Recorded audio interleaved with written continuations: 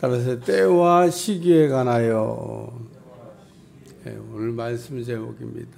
형제들아, 때와 시기에 관하여는 너희에게 쓸 것이 없음은, 때와 시기에 관해서는 언급할 내용이 없다, 그런 얘기입니다. 어제도 잠깐 얘기했습니다만, 때와 시기에 관해서 아무도 모르고 하늘에 계신 아버지만 아신다고, 그리고 또 알려주지도 않으셨어요.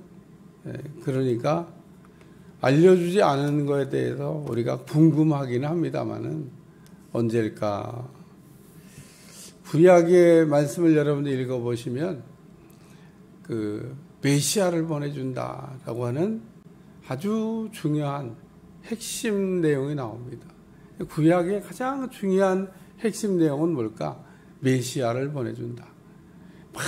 많은 선지자들이 메시아에 대한 예언을 이렇게 했습니다. 계속 예언만 합니다. 메시아를 보내줄 거라. 이사야 같은 경우는 꼭 보고 쓴 사람처럼 예언을 했습니다. 이거는 꼭 현장에서 본 사람 아니면 쓸 수가 없다라고 할 정도로 아주 자세하게 그 예수님에 대해서. 또 미가 같은 경우도 예수님이 베들레헴에 태어나실 것에 관해서 예언을 했고, 그래서 구약 성경은 메시아에 대한 예언으로 뒤덮여 있다라고 해도 과언이 아닙니다. 그리고 그 구약에 그렇게 예언됐던 내용들을 근거로 해서 성취됐다고 하는 것을 증명했던 사람이 있는데, 그게 누구냐면 마태입니다. 예를 들면 누가 같은 경우는 이방인에게 이방인 선교에 하는 바울을 따라다니기도 했지만, 이방인에 대한 관점에서 누가복음을 이렇게 기술했습니다. 그래서 누가복음에는 이방인에 대한 얘기가 많이 나와요. 근데 마태는 유대인에게 어떻게 복음을 전할 것인가, 유대인에게 복음을 전하려고 하다 보니까 구약 성경을 인용할 수밖에 없어요. 그래서 구약에는 많은 성경을 이렇게 찾아가지고 선지자들이 예언한 내용이, 예를 들면 예수님에게서 이렇게 이루어졌다. 그래서 아주 공식처럼 마태는 마태복음을 읽어보시면은 예언되었고 구약의 이 예언이 지금 이렇게 성취됐다. 그래서 예언과 성취에 대한 도식으로 마태복음을 기술하고 있습니다. 그래야 그 유대인들이, 그 구약을 잘 알고 있는 유대인들이 그 마태복음을 읽고 은혜 받고 예수님 믿을 거 아니에요. 그런데 우리를 이렇게 미혹하는 그 적그리스도, 원수 마귀, 성경을 어떻게 예를 들면 가지고 우리를 속이냐? 이사야서 한번 찾겠습니다. 이사야서 34장 16절.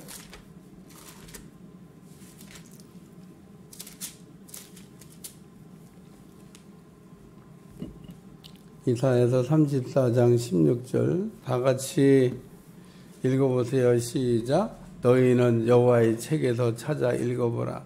이것들 가운데 빠진 것이 하나도 없고 제짝이 없는 것이 없으리니 이는 여호와의 입에 이를 명령하셨고 그의 영이 이것들을 모으셨습니다. 여호와께서 그것들을 위하여 제비를 뽑으시며 그의 손으로 줄을 띄어 그 땅을 그것들에게 나눠주셨으며 그들이 영원히 차지하며 대대로 거기서 살리라. 저는 이 성경을 아무리 읽어봐도 그렇게 해석할 수 없는데,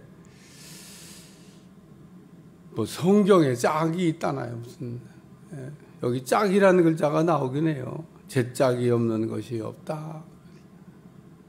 성경이 예언과 성취라고 하는 도식으로 되어 있다는 말은 맞는 말이지만, 성경 말씀이 짝이 있다는 말씀은 근거가 없는 얘기입니다.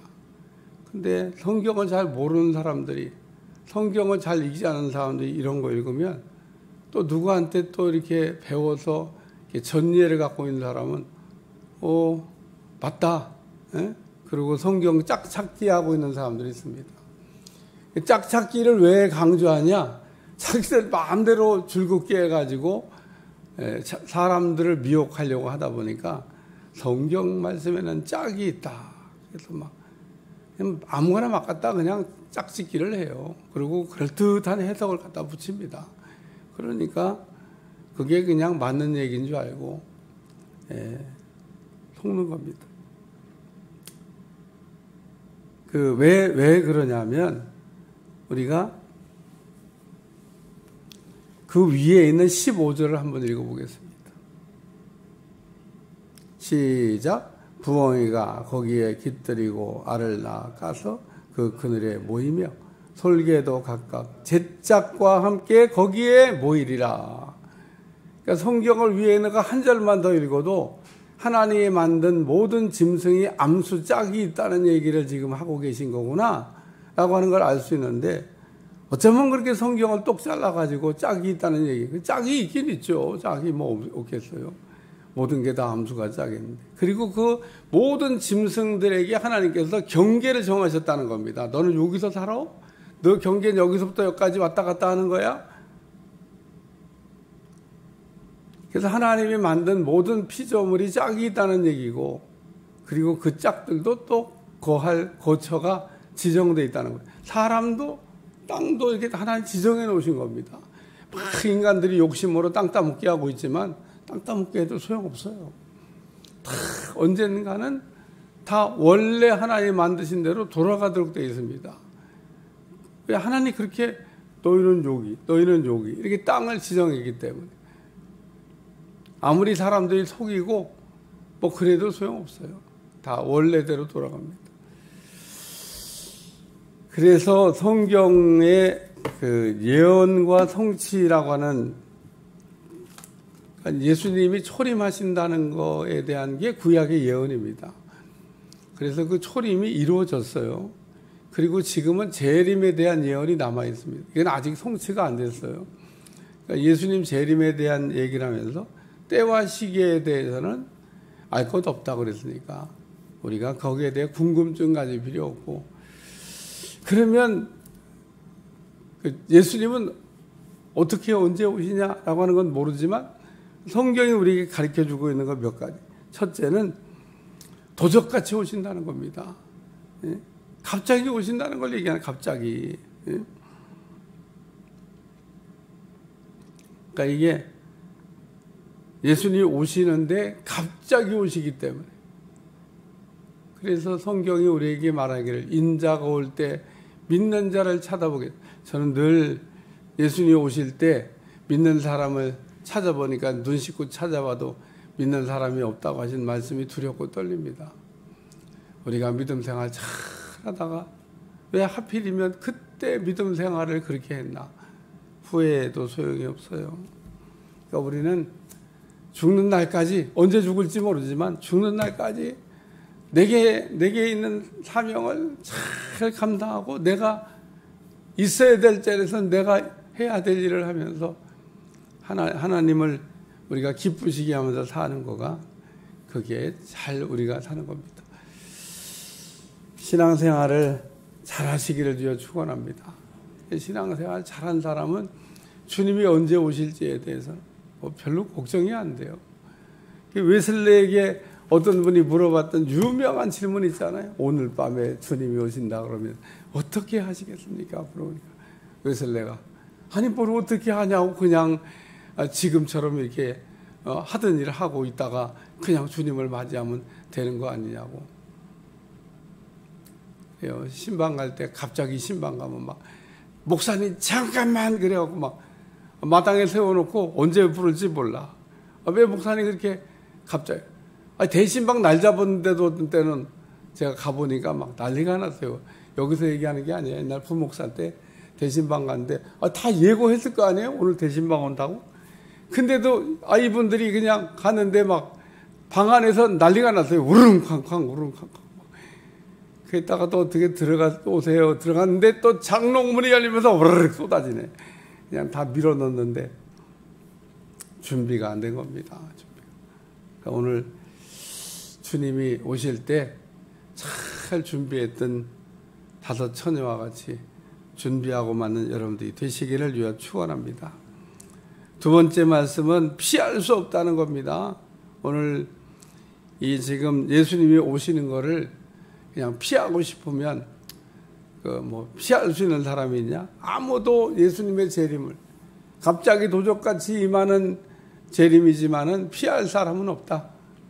그러니까 도적같이 오시고 또 피할 수가 없는 주님의 재림을 우리가 잘 맞이하는 여러분들이 되시길 바라고, 그래서 마지막에 결론이 자지 말고 오직 깨어서 정신을 차릴지니라.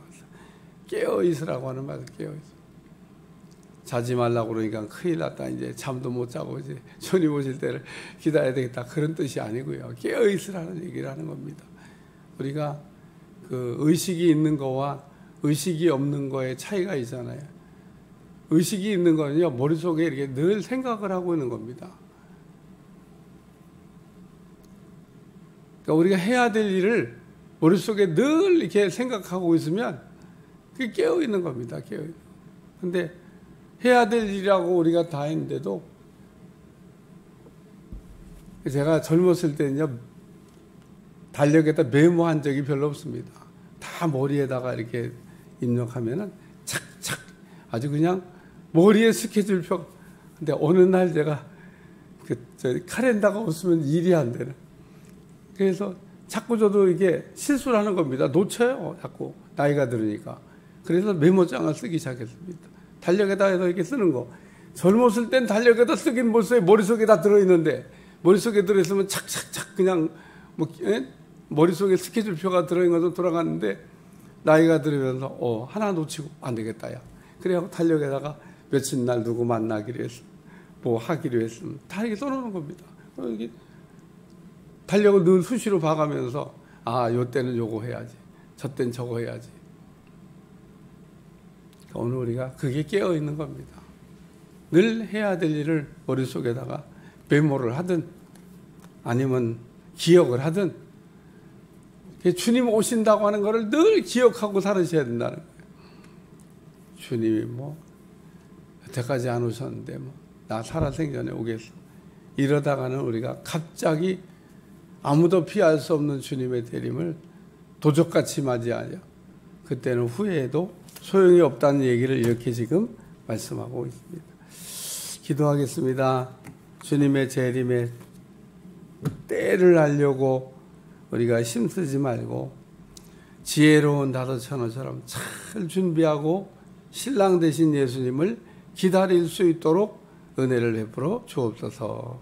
감사드리며 예수님의 이름으로 간절히 기도하옵나이다. 아멘.